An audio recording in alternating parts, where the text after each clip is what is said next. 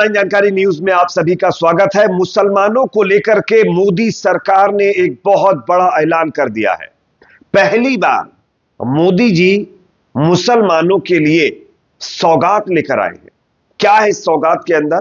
32 लाख से ज्यादा मुसलमानों को यह सौगात दी जाएगी। इसके बारे में आगे मैं आपको जानकारी देने वाला हूं। साथ ही साथ अमेरिका से एक बहुत बड़ी खबर सामने आ रही है अजान को लेकर के। हमारे देश में अजान पर पाबंदी लगाई जा रही है, लेकिन अमेरिका के अंदर अजान के लिए परमिशन दी जा रही है। किस तरीके से, आगे इसकी भी चर्चा करेंगे। साथ ही साथ दोस्तों, यहां पर एक और बड़ी खबर सामने आ रही है उत्तर प्रदेश से, जहां पर एक मुस्लिम व्यक्ति को कुछ लफंगे जो है जबरदस्ती कलर लगा रहे थे होली के दिन। कलर ना लगवाने की वजह से मुस्लिम व्यक्ति, जिसका नाम शरीफ बताया जा रहा है, उसको कुछ लफंगों की तरफ से इतना पीटा गया कि वो वहीं पर खत्म हो गया है।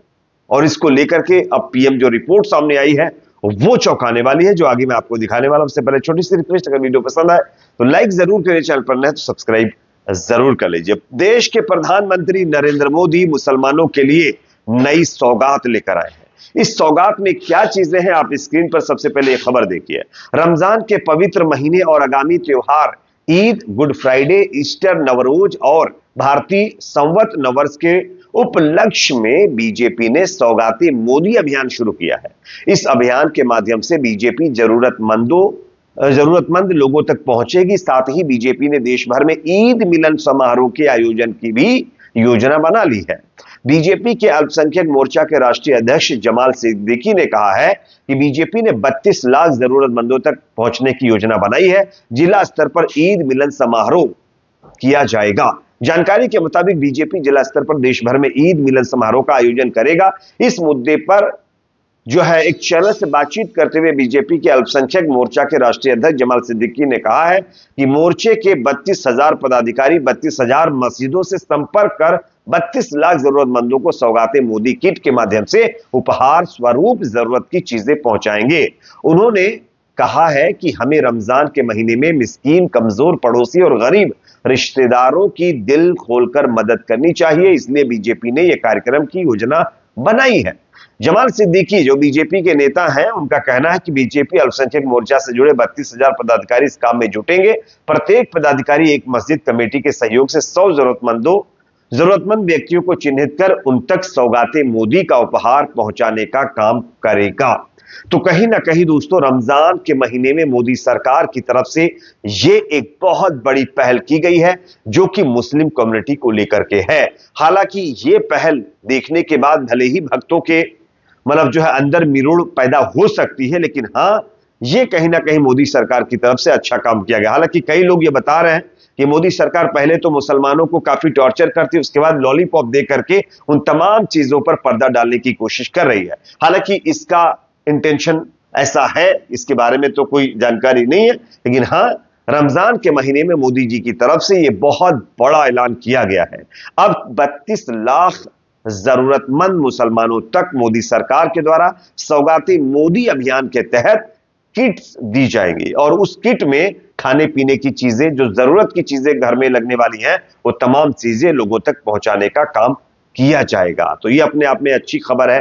एक और खबर दोस्तों सामने यहां पर आ रही है अमेरिका के अंदर। हमारे देश में आप सब जानते हैं, अजान पर पाबंदी लगाने के लिए कुछ लोग बड़ी मेहनत कर रहे हैं और मस्जिदों के अंदर जाकर के लाउडस्पीकर उतरवा रहे हैं, और कुछ लोग तो बाकायदा लाउडस्पीकर उतरवाने के लिए वकीलों से अपील कर रहे हैं कि मस्जिद से लाउडस्पीकर उतरवा दीजिए, न जाने और क्या क्या। लेकिन इसी बीच दोस्तों, अमेरिका की एक, हम कह सकते हैं, फेमस सिटी न्यूयॉर्क से बड़ी खबर आ रही है, जहां पर न्यूयॉर्क सिटी के मेयर एडम्स एरिक ने यह ऐलान किया है कि जुमे की जो अजान है वो न्यूयॉर्क के अंदर लाउड स्पीकर से कराई जाएगी, और बाकायदा न्यूयॉर्क सिटी के अंदर अब लाउड स्पीकर से अजान देने की परमिशन जो है न्यूयॉर्क सिटी के मेयर की तरफ से दे दी गई है, जो कि मुस्लिम समुदाय के लिए अमेरिका से यह बहुत अच्छी खबर सामने आ रही है।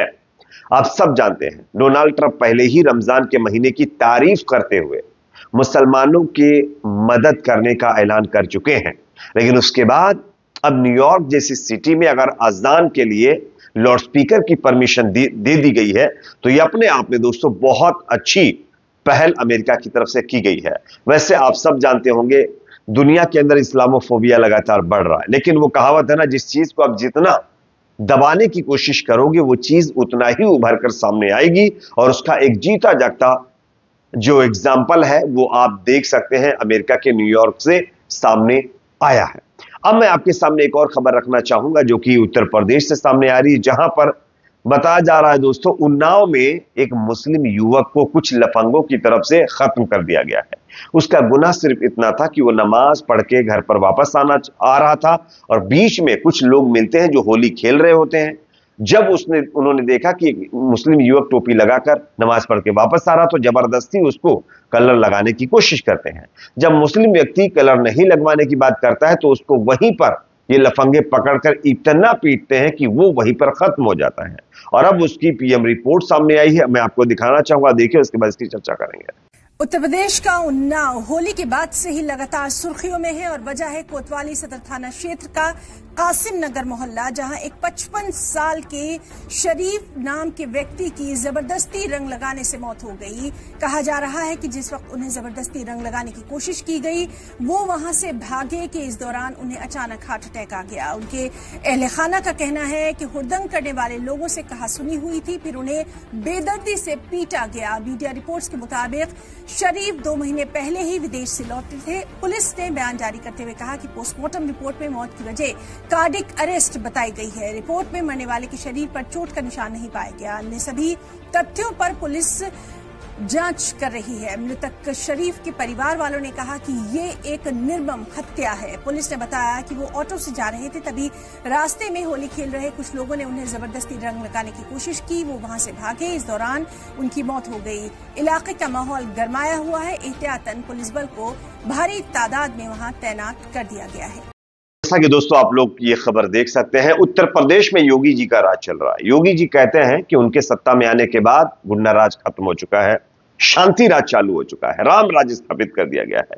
लेकिन आप देख सकते हैं गुंडे कौन लोग हैं और वो किस तरीके से उपद्रव मचा रहे हैं। क्या योगी जी अब इन लोगों के घरों पर बिल्डोजर चलवाएंगे? जिस तरीके से दूसरी कम्युनिटी के लोग अगर किसी मामले में आरोपी पाए जाते हैं तो उनके घर पर बिना कोर्ट के किसी फैसले के ही बिल्डोजर चलवा दिया जाता है, तो क्या यहां पर भी ऐसा ही होगा? उन्नाव के अंदर शरीफ नामक युवक को रंग लगाने की जिद पर कुछ लोगों ने इतना पीटा, इतना टॉर्चर किया कि वो अब इस दुनिया में नहीं रहे।